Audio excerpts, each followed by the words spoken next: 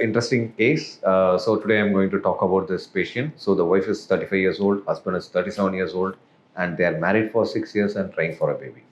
So what was the issue on the wife's side is she had polycystic ovarian syndrome and a uterine fibroid. And from the husband's side, he had actinoteratospermia.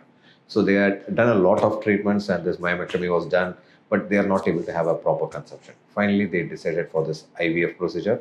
So I will show the step-by-step what and all was done.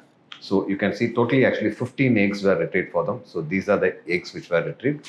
And the next is the ICSI process. You can see. So this now the ICSI process they are doing. They are injecting the sperm inside the egg. You can see the sperm is coming. And now they had done the fertilization. So once the fertilization is done, then what we do, we used to incubate the eggs, embryos to get a good blast formation. So these are the blasts which are formed. It's a very good blast. It's a day 5 blast. So nicely it was formed. So, and we had done the freezing of the blast. So we are hoping to get a good result for them. And as always, it's the blessing of the God who gives the child. Thank you.